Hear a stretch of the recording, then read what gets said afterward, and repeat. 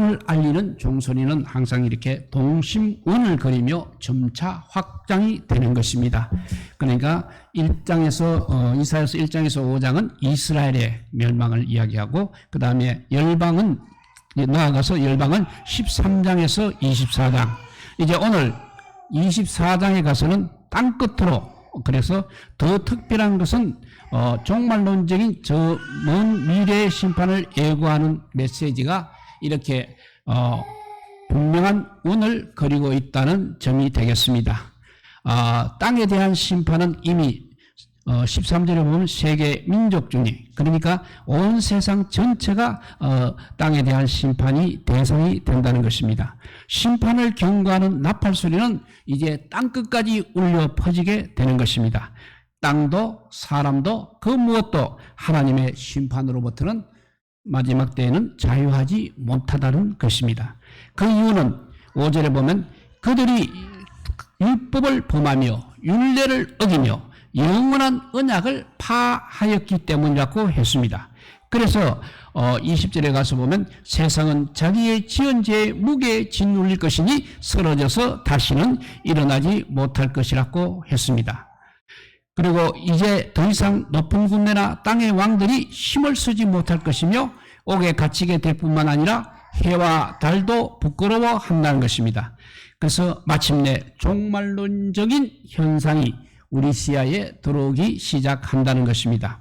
먼 미래를 이렇게 가까운 현재로 끌어당겨 보던 솔로몬의 노래소리가 정말 애처롭습니다. 그럼에도 불구하고 종말은 그래도 희미한 그래도 희망의 노래가 희미하기는 하지만 주의 영광을 찬양하는 것으로 큰 불을 일으키고 있습니다. 그것이 바로 남은 자의 찬양인 것입니다. 하나님은 모든 죄를 심판하시고 종말의 때에 반드시 영광의 왕으로 찬양을 받으실 것입니다. 역사는 이제 그날을 향해서 달려가고 있는 것입니다. 비록 죄라는 그 강력한 힘이 온 땅을 심판으로 정복하는 것처럼 보일지라도 우리 하나님께서는 남은 자들을 통해서 영광을 반드시 받으실 것이라는 것입니다.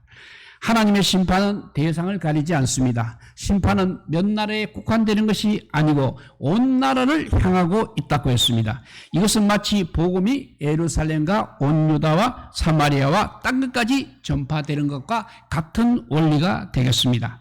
이 복음을 믿고 받아들이는 자는 구원입니다. 그렇지만 동시에 그렇지 않는 자들에게는 심판이 선언되고 있다는 말입니다. 지금 여호와께서 심판의 말씀을 하시는 이유가 있습니다. 5장 20절에 보면 5절과 20절을 보면 땅이 죄로 더럽혀졌으니 이것은 사람들이 하나님의 법에 불순종하여 그와 맺는 영원한 계약을 어겼기 때문이다 했고 그 다음에 세상이 죄악에 짓누르고 있으니 쓰러져 다시는 일어나지 못할 것이다 라고 말씀하고 있습니다. 이렇듯 심판은 바로 우리 하나님께 불순종한 죄 때문인 것입니다.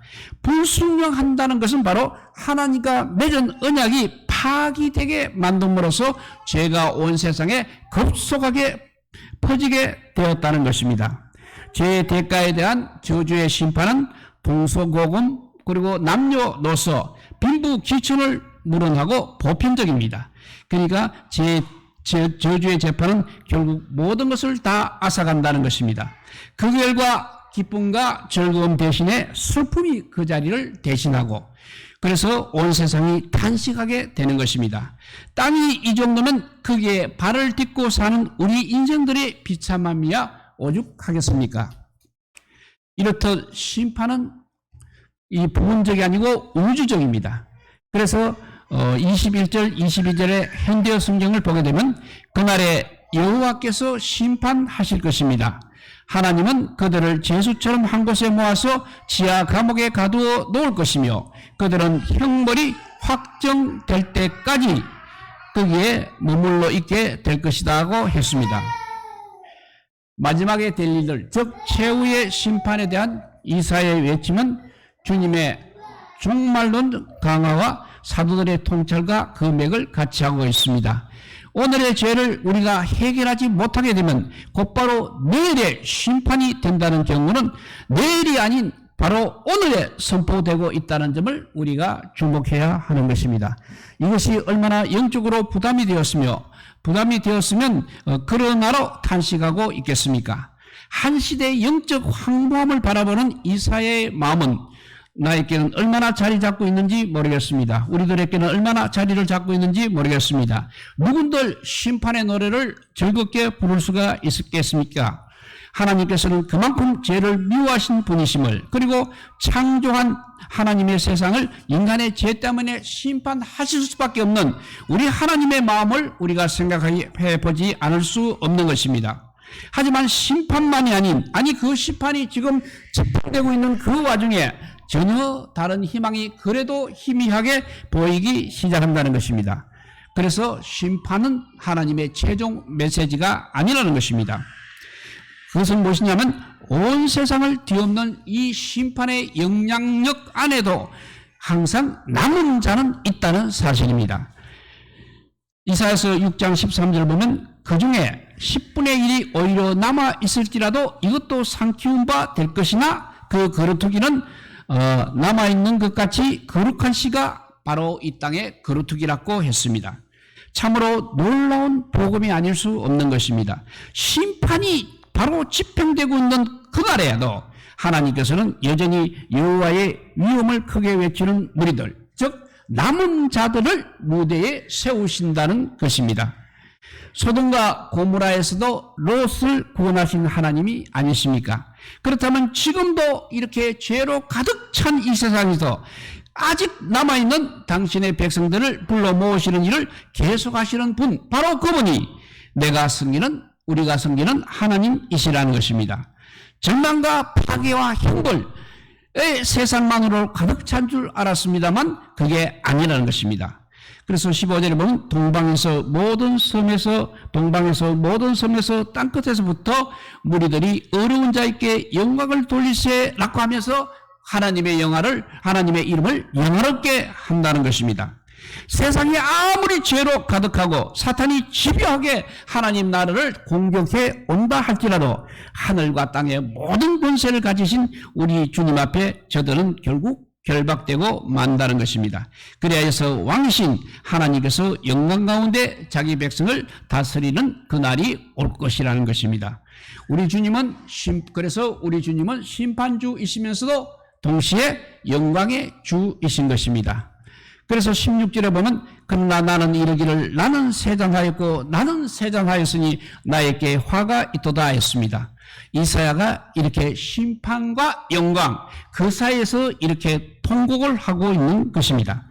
이사야 자신 역시 영광을 찬송하는 남은 자의 무리들 가운데 하나임에도 불구하고 영광의 기쁨보다는 영원한 심판 아래 처한 인류를 바라보면서 심한 영적 부담을 느끼고 있는 것입니다.